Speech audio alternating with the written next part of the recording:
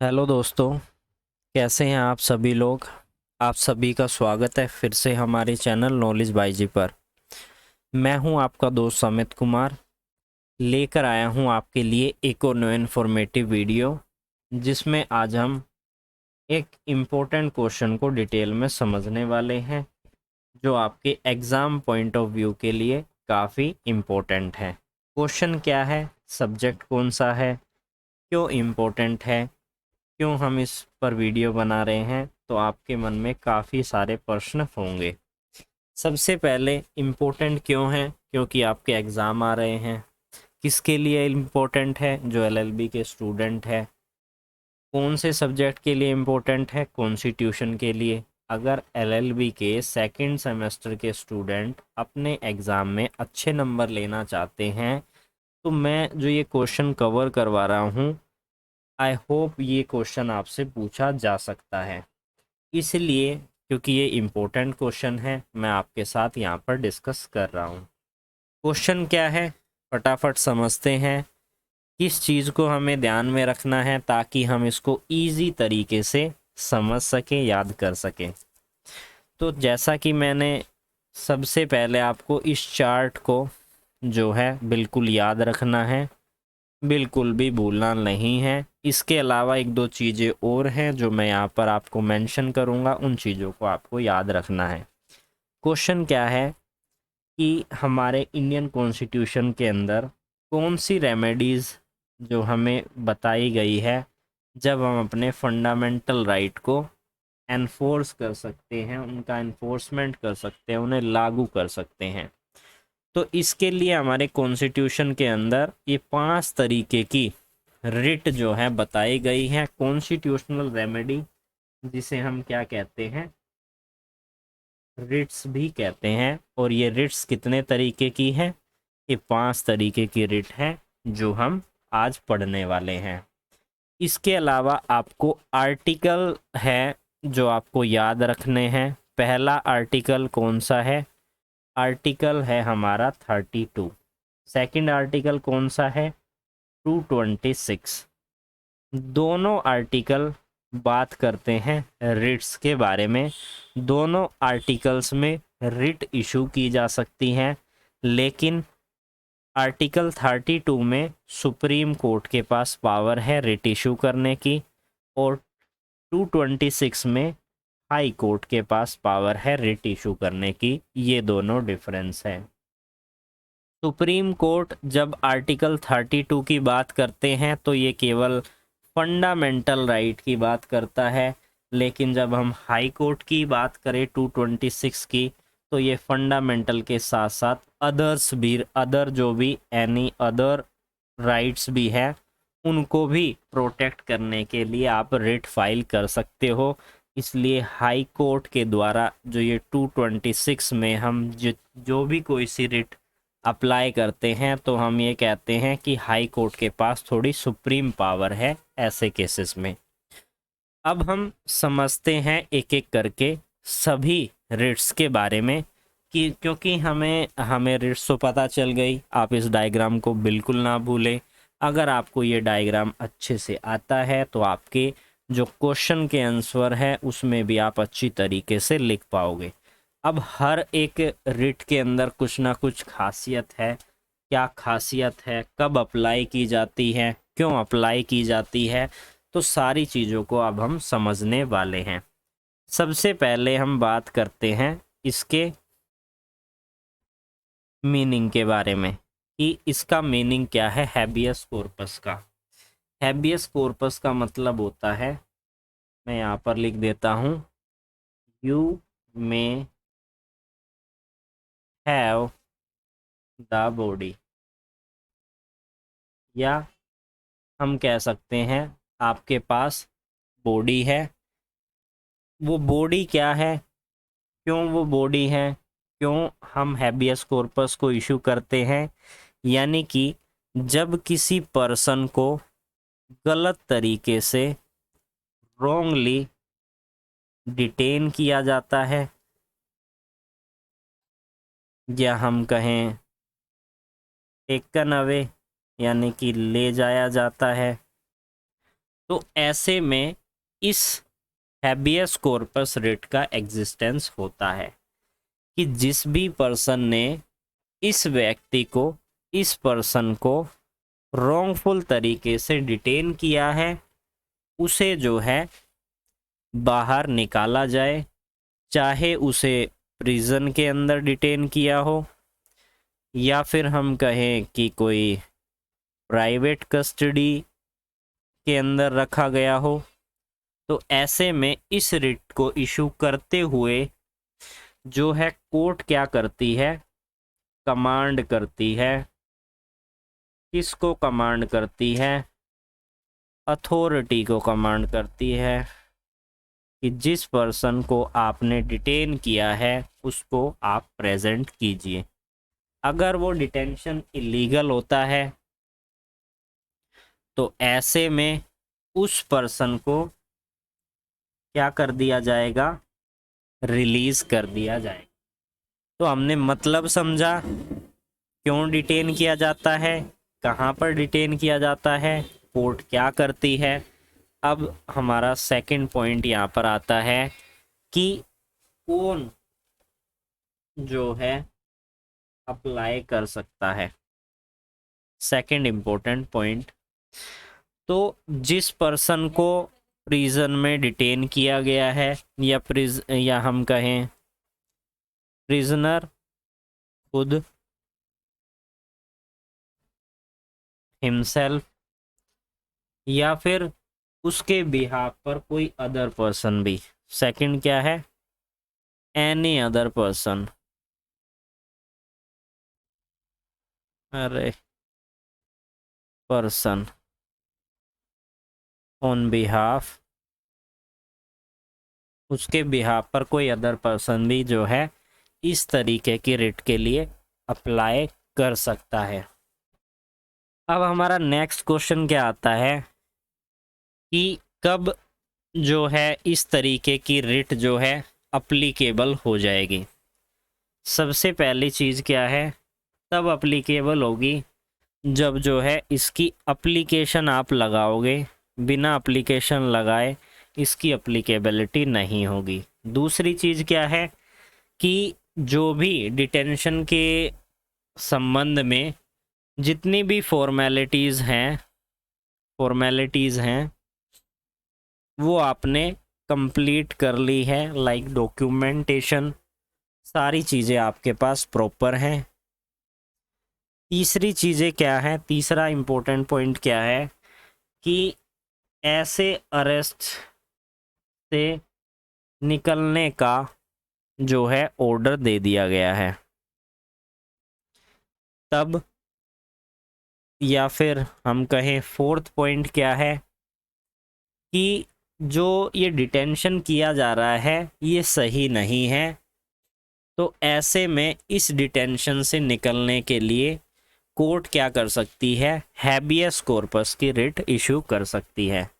यानी कोई ग्राउंड नहीं है, इलीगली यहाँ पर क्या किया गया है? डिटेन किया जा रहा है पर्सन को। तो ऐसे में क्या करेगी कोर्ट? इस तरीके की रिट को इशू करके उस पर्सन को डिटेन होने से बचाया जा सकता है। अब फोर्थ पॉइंट क्या समझना है कि कौन कौन से ऐसे केस हैं जब इस तरह की रिट जो है इशू नहीं होगी, नोट इशू नहीं होगी। तो इसके लिए सबसे पहला पॉइंट हमारा क्या है कि अगर आप इस तरीके की रिट को हाई कोर्ट के समक्ष लगा रहे हैं, हाई कोर्ट के समक्ष आप किस सेक्शन में लगाएंगे? 226 में। लेकिन जहां पर आप लगा रहे हैं उस हाई कोर्ट का जो है ज्यूरिसडिक्शन नहीं है, तो तब भी आपकी इस तरीके की रिट जो है इशू नहीं होगी। या फिर रिलीज करने पर उस पर्सन को क्या आ गया है? किसी भी तरीके का क्वेश्चन आ गया है, तब भी यहाँ पर रिलीज नहीं किया जाएगा। तीसरी चीज़ क्या है कि वहाँ पर उसका जो डिटेंशन किया जा रहा है वो किस लॉ के अंदर किया जा रहा है? वो किया जा रहा है प्रिवेंटिव डिटेंशन लॉ।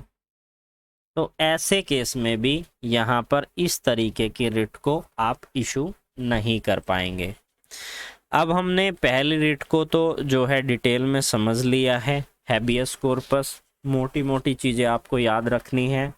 ये चार्ट आपको नहीं भूलना है। मीनिंग क्या है, कौन अप्लाई कर सकता है, कब ये अप्लाई होगी और कब ये अप्लाई नहीं होगी, तो इस तरीके से आप इसको लिख सकते हैं।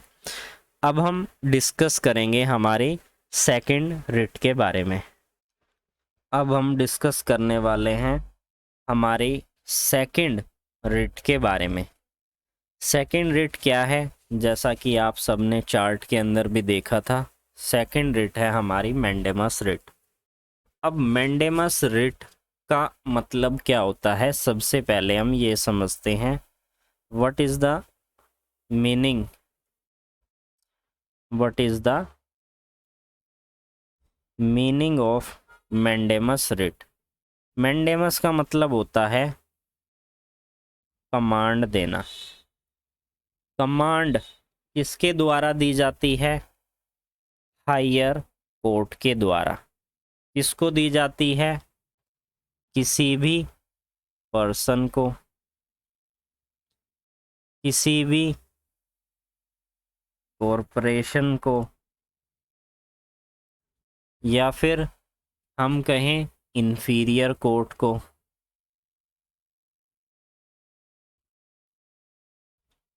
यानी कि जिसके लिए भी रिक्वायर्ड होती है हायर कोर्ट, आपको याद रखना है हायर कोर्ट जो है कमांड देगी इनको।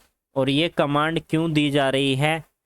क्योंकि इनकी जो है ड्यूटी है as an public, as a public servant. यानी कि इनकी ड्यूटी है कि वो पब्लिकली क्या करे, एक्ट करें। और ये पब्लिकली एक्ट नहीं कर रहे हैं, तो ऐसे में मैंडेमस रिट को इशू किया जाता है कि वो किसी पर्टिकुलर थिंग को करे, या फिर ये रिट इशू की जाती है कि पर्टिकुलर थिंग को ना करे। यानी कि रोकने के लिए भी किसी पब्लिक को, किसी कॉरपोरेशन को, किसी इंफीरियर कोर्ट को, या फिर उसको एक्ट करने के लिए भी बोल सकते हैं। तो तब मैंडेमस रिट इशू की जाती है।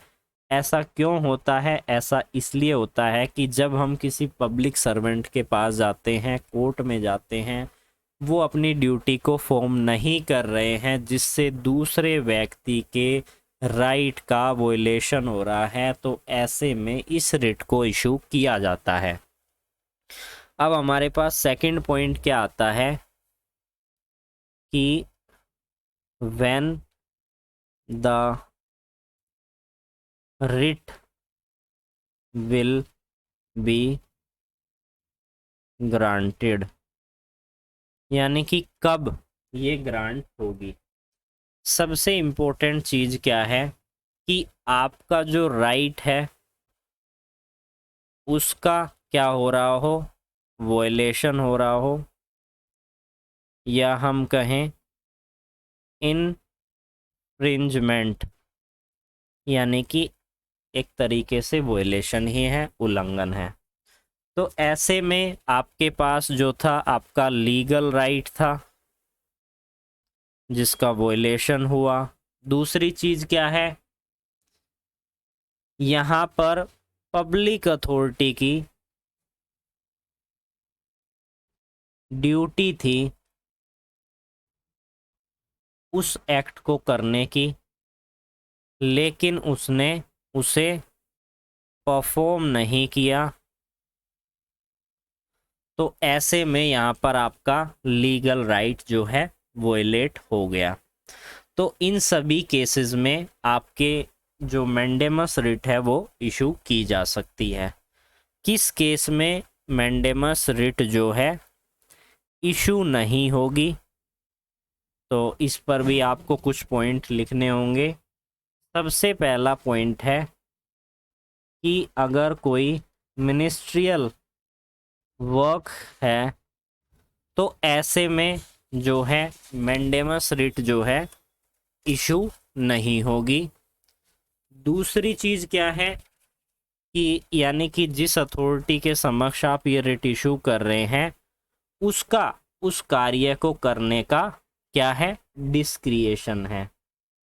डिस्क्रिएशन का मतलब होता है यानी कि वो कर भी सकते हैं नहीं भी कर सकते हैं, ये उस पर डिपेंड करता है। या फिर कॉन्ट्रैक्चुअल, क्या है, कॉन्ट्रैक्चुअल उसकी ऑब्लिगेशन है कि वो इस तरीके के एक्ट को लागू करे। तो ऐसे सभी केसेस में इस तरीके की रिट जो है इशू नहीं की जाएगी।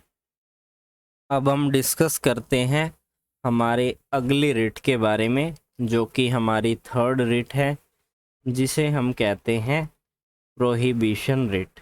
जैसा कि आपको नाम से ही पता चल रहा है, प्रोहिबिशन मतलब कि एक तरीके से रोकना।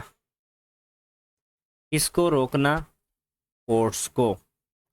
जो सुपीरियर कोर्ट्स होती हैं, इसको आप सुप्रीम कोर्ट ना समझे, सुपीरियर कोर्ट है ये। सुपीरियर जो कोर्ट्स होती हैं वो इन्फीरियर कोर्ट्स को इस रिट को इशू करके उन्हें रोक सकती हैं। क्यों रोकती है? क्योंकि उन्होंने अपने जुरिस्डिक्शन से बाहर जाकर किसी चीज़ को इशू कर दिया है, किसी ऑर्डर को पास कर दिया है, यानी कि उन्होंने अपने जुरिस्डिक्शन को एक्सेस कर दिया है, जिसके लिए वो लीगली ऑथोराइज नहीं है।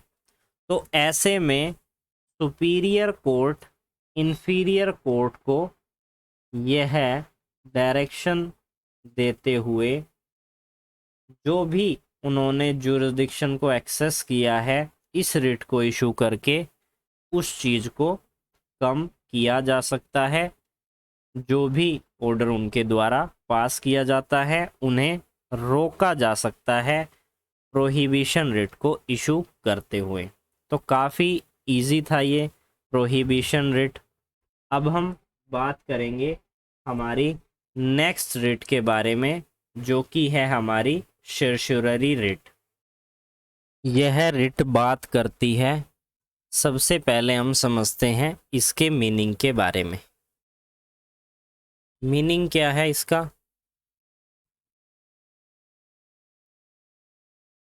मीनिंग को समझते हैं सबसे पहले। जस्ट वेट, थोड़ा सा स्क्रीन जो है वो सही से नहीं चल रही है।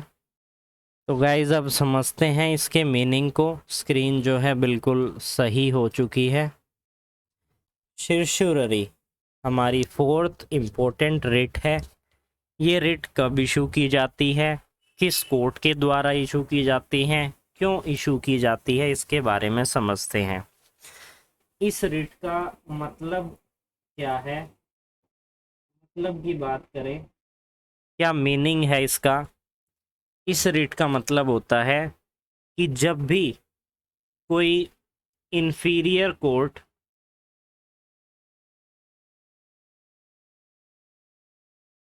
जिसके पास जुरिस्डिक्शन नहीं है और वो कोई भी ऑर्डर पास कर देती है, तो ऐसे में इस रिट को अप्लाई किया जाता है। और यह रिट जो है सुपीरियर कोर्ट के द्वारा कमांड दी जाती है, या हम कहें ऑर्डर दिया जाता है कि इंफीरियर कोर्ट ने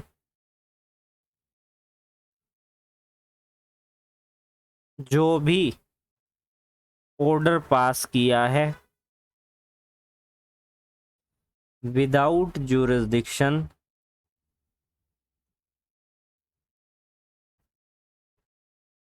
उसे क्या किया जाए, उसे ख़त्म किया जाए, उसे क्वैश किया जाए। तो ऐसे में इस तरीके की रिट को अप्लाई किया जाता है। अब कौन इस रिट को अप्लाई कर सकता है? हु में अप्लाई दिस रिट? तो पहला वो पर्सन जिसके लीगल राइट का वोलेशन हुआ है और उसके बिहाफ पर अगर किसी ग्रुप ऑफ पीपल हैं या पीपल्स का ग्रुप है या फिर कोई सोसाइटी है तो उसके बिहाफ पर वो पर्सन जो है इस तरीके की रिट को अप्लाई कर सकता है। क्यों ये अप्लाई की जाती है? इसमें जो है हमने ऑलरेडी समझ लिया है, बिना ज्यूरिसडिक्शन के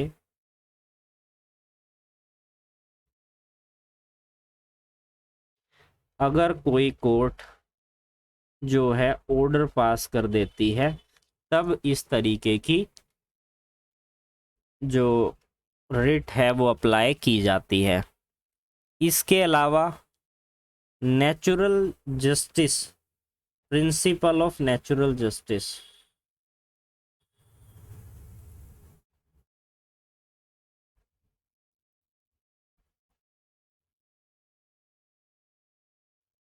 प्रिंसिपल ऑफ नेचुरल जस्टिस के वोलेशन यहाँ पर अगर हो रहा है, उसके संबंध में एक्ट किया जा रहा है, तो ऐसे में भी ये रिट अप्लाई की जाती है। अब हम बात करते हैं हमारे अगले जो है रिट के बारे में। अब हम डिस्कस करते हैं हमारी सबसे लास्ट रिट के बारे में, जो कि है हमारी क्वा वारंटो। इसका क्या मतलब होता है, पहले मीनिंग को समझते हैं। इसका मतलब होता है व्हाट वारंट, यानी कि आपके पास क्या अथॉरिटी है। यानी कि इसे हम एग्जाम्पल से समझते हैं। एक पर्सन है जो कि एक पब्लिक ऑफिस में काम कर रहा है without proper document for this job. यानी कि जो क्वालिफिकेशन है उस जॉब के संबंध में वो उसके पास नहीं है, तो ऐसे में क्वा वारंटो रिट को इशू करके इस पब्लिक सर्वेंट से ये पूछा जा सकता है कि आपके पास क्या अथॉरिटी है कि आपने इस ऑफिस को होल्ड किया हुआ है। अगर वो इलीगली वहाँ पर उस ऑफिस को होल्ड करता है तो क्वा वारंटो रिट के अनुसार उस व्यक्ति को वहाँ से हटाया जा सकता है और उससे पूछा जाएगा कि आपके पास क्या अथॉरिटी है, आप यहाँ पर इलीगली रूप से यहाँ पर ऑफिस को होल्ड किए हुए हैं। पब्लिक ऑफिस पर ही इस तरीके की जो रिट है वो अप्लीकेबल होती है। बात करें प्राइवेट की तो प्राइवेट पर इस तरीके की रिट यहाँ पर अप्लीकेबल नहीं होगी। तो आज हमने इस वीडियो में एक इम्पोर्टेंट क्वेश्चन को कवर किया, वीडियो काफ़ी लंबी हो गई। तो वीडियो कैसी लगी? अगर इन्फॉर्मेटिव लगी हो तो वीडियो को लाइक कीजिए। फिर मिलेंगे एक न्यू लेक्चर के साथ, तब तक के लिए जुड़े रहिए अमित कुमार नॉलेज बाई जी के साथ।